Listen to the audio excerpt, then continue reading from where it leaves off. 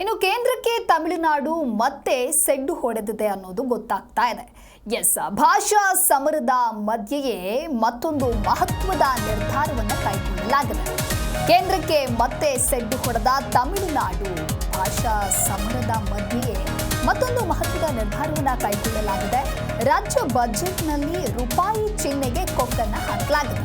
ಅಂದ್ರೆ ರೂಪಾಯಿ ಸಿಂಬಲ್ ಅನ್ನ ಬಳಸಲಿಲ್ಲ ತಮಿಳುನಾಡು ಅನ್ನೋದಾಗಿ ರೂಪಾಯಿ ಚಿಹ್ನೆ ಬದಲಿಗೆ ತಮಿಳುನಾಡಿನ ಚಿಹ್ನೆಯನ್ನ ಬಳಸಲಾಗಿದೆ. ಹಾಗಾಗಿ ಕೇಂದ್ರಕ್ಕೆ ತಮಿಳುನಾಡು ಮತ್ತೆ ಸೆಡ್ಡು ಹೊಡೆದಿದೆ ಅನ್ನೋದು ಗೊತ್ತಾಗ್ತಾ ಇದೆ.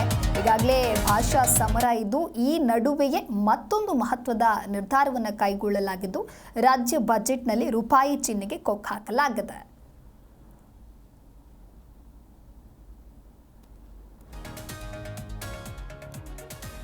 ಇನ್ನು ಭಾಷಾ ಸಮರದ ಮಧ್ಯೆಯೇ ಮಹತ್ವದ ನಿರ್ಧಾರವನ್ನು ಕೈಗೊಳ್ಳಲಾಗಿದೆ. ಕೇಂದ್ರಕ್ಕೆ ತಮಿಳುನಾಡು ಮತ್ತೆ ಸೆಡ್ಡು ಹೊಡೆದಿದೆ ಅನ್ನೋದು ಇಲ್ಲಿ ಗೊತ್ತಾಗ್ತಾ ಇದೆ. ಯಾಕೆ ಅಂತ ನೋಡ್ತಾ ಹೋಗೋದಾದ್ರೆ ರಾಜ್ಯ ಬಜೆಟ್ನಲ್ಲಿ ರೂಪಾಯಿ ಚಿಹ್ನೆಗೆ ಕೊಕ್ಕನ್ನು ಹಾಕಲಾಗಿದೆ.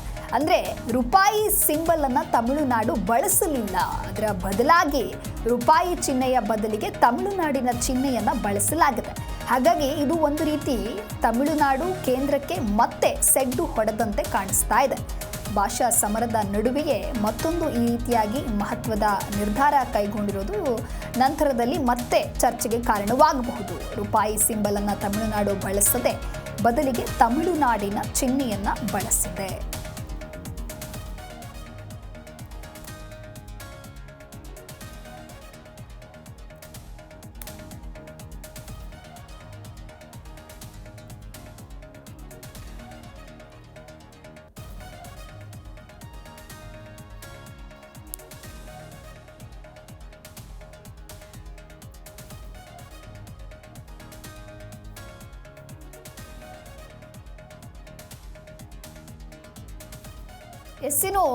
ಇನ್ನು ಕೇಂದ್ರಕ್ಕೆ ಮತ್ತೆ ಸೆಡ್ಡು ಹೊಡೆದಿದೆ ತಮಿಳುನಾಡು ಅಂತ ಹೇಳ್ಬೋದು. ಯಾಕೆ ಅಂತ ಹೇಳಿದ್ರೆ ಭಾಷಾ ಸಮರ ನಡೀತಾ ಇದೆ. ಅದರ ಮಧ್ಯೆ ಕೂಡ ಮಹತ್ವದ ನಿರ್ಧಾರವನ್ನು ಕೈಗೊಳ್ಳಲಾಗಿದೆ. ರಾಜ್ಯ ಬಜೆಟ್ನಲ್ಲಿ ರೂಪಾಯಿ ಚಿಹ್ನೆಗೆ ಕೊಕ್ಕನ್ನು ನೀಡಲಾಗಿದೆ. ಇನ್ನು ನೀವು ದೃಶ್ಯಾವಳಿಯಲ್ಲೂ ಕೂಡ ಗಮನಿಸ್ತಾ ಇರಬಹುದು. ರೂಪಾಯಿ ಸಿಂಬಲ್ ಅನ್ನ ಬಳಸದೆ ತಮಿಳುನಾಡಿನ ಚಿಹ್ನೆಯನ್ನ ಬಳಸುವಂತಹ ಒಂದು ಪ್ರಯತ್ನವನ್ನ ಮಾಡಲಾಗ್ತಾ ಇದೆ. ಈ ರೀತಿಯಾಗಿ ಮಹತ್ವದ ನಿರ್ಧಾರವನ್ನ ಕೈಗೊಳ್ಳಲಾಗಿದೆ. ರೂಪಾಯಿ ಸಿಂಬಲ್ ಅನ್ನ ತಮಿಳುನಾಡು ಬಳಸದೆ ಇದರ ಬದಲಿಗೆ ತಮಿಳುನಾಡಿನ ಚಿಹ್ನೆಯನ್ನು ಬಳಸಲಾಗಿದೆ. ಹಾಗಾಗಿ ಕೇಂದ್ರಕ್ಕೆ ತಮಿಳುನಾಡು ಮತ್ತೆ ಸೆಡ್ಡು ಹೊಡೆದಂತೆ ಕಾಣಿಸ್ತಾ ಇದೆ. ಭಾಷಾ ಸಮರದ ಮಧ್ಯೆಯೇ ಇದು ಒಂದು ರೀತಿ ಮಹತ್ವದ ನಿರ್ಧಾರ. ರಾಜ್ಯ ಬಜೆಟ್ನಲ್ಲಿ ರೂಪಾಯಿ ಚಿಹ್ನೆಗೆ ಕೊಕ್ಕನ್ನು ನೀಡಲಾಗಿದೆ. ಈ ಕುರಿತು ಹೆಚ್ಚಿನ ಮಾಹಿತಿಯನ್ನು ನೀಡಲಿದ್ದಾರೆ ನಮ್ಮ ಪ್ರತಿನಿಧಿ ಅನಂತರಾಮಯ್ಯ ದೂರವಾಣಿ ಸಂಪರ್ಕದಲ್ಲಿ. ಅನಂತರಾಮಯ್ಯ, ಇನ್ನು ಭಾಷಾ ಸಮರದ ಮಧ್ಯೆಯೇ ಮಹತ್ವದ ನಿರ್ಧಾರವನ್ನು ಕೈಗೊಂಡಿದ್ದಾರೆ. ಅಂದ್ರೆ ರಾಜ್ಯ ಬಜೆಟ್ನಲ್ಲಿ ರೂಪಾಯಿ ಚಿಹ್ನೆಗೆ ಕೊಕ್ಕ ಹಾಕಲಾಗಿದ್ಯಾ? ಈ ಕುರಿತ ಡೀಟೇಲ್ಸ್ ಏನಿದೆ?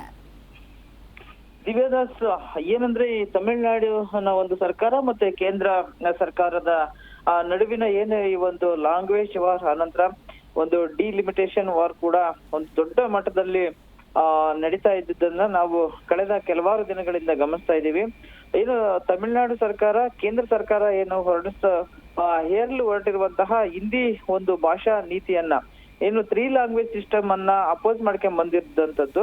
ಅದಕ್ಕೆ ತಮಿಳುನಾಡಿನ ಸಂಸದರು ಅಸೆಂಬ್ಲಿನಲ್ಲಿ ಮತ್ತೆ ಲೋಕಸಭೆನಲ್ಲೂ ಕೂಡ ತೀವ್ರ ವಿರೋಧವನ್ನು ವ್ಯಕ್ತಪಡಿಸಿದಂಥದ್ದು. ಮತ್ತೆ ಪಾರ್ಲಿಮೆಂಟ್ ನಲ್ಲಿ ಅದಕ್ಕೆ ವಿರೋಧವಾಗಿ ಪ್ರತಿಭಟನೆಯನ್ನ ಮಾಡಿರುವಂತದ್ದು. ದೊಡ್ಡ ಮಟ್ಟದಲ್ಲಿ ಮಾಡ್ಕೊಂಡ್ ಬಂದಂತಹ ಒಂದು ಹಲವಾರು ನಿದರ್ಶನಗಳನ್ನು ಕೂಡ ನಾವು ನೋಡ್ಕೊಂಡ್ ಬಂದಿದೀವಿ. ಈಗ ಒಂದು ಹೆಜ್ಜೆ ಮುಂದೆ ಹೋಗಿರುವಂತಹ ಸ್ಟಾಲಿನ್ ಸರ್ಕಾರ ಆ ಒಂದು ಏನು ನಾಳೆ ಮಂಡನೆ ಮಾಡುವಂತಹ ರಾಜ್ಯ ಬಜೆಟ್ ನಲ್ಲಿ ಕೇಂದ್ರ ಸರ್ಕಾರ ಏನು ಆ ಒಂದು ರೂಪಿ ಸಿಂಬಲ್ ಇದೆಯಲ್ಲ, ಆ ರೂಪಿ ಸಿಂಬಲ್ ಅನ್ನ ತೆಗೆದ್ಬಿಟ್ಟು ತಮಿಳು ಅಕ್ಷರದೊಂದಿಗೆ ಏನು ಕೇಂದ್ರ ಬಜೆಟ್ ನಲ್ಲಿ ರಾಜ್ಯ ಬಜೆಟ್ ನಲ್ಲಿ ಅಕ್ಷರವನ್ನ ಆಡ್ ಮಾಡಿದ್ದಾರೆ. ಅದನ್ನ ಅವರು ಎಕ್ಸ್ ನಲ್ಲಿ ಪೋಸ್ಟ್ ಮಾಡುವುದರ ಮುಖಾಂತರವಾಗಿ ಮತ್ತೆ ಒಂದು ಸ್ಟ್ರಾಂಗ್ ಮೆಸೇಜ್ ಅನ್ನ ಸೆಂಟ್ರಲ್ ಗವರ್ಮೆಂಟ್ ಗೆ ತಲುಪಿಸುವಂತಹ ಪ್ರಯತ್ನವನ್ನ ಮಾಡಿದ್ದಾರೆ.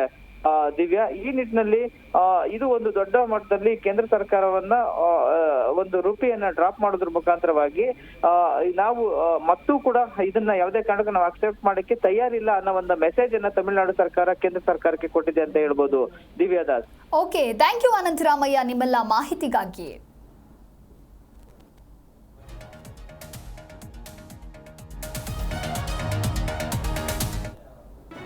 ಜಿ ಕನ್ನಡ ನ್ಯೂಸ್ ಈಗ ನಿಮ್ಮ ಮನೆಯಲ್ಲೇ ನೋಡಿ. ಎಲ್ಲ ಕೇಬಲ್ಗಳಲ್ಲಿ ಈಗ ಲಭ್ಯ.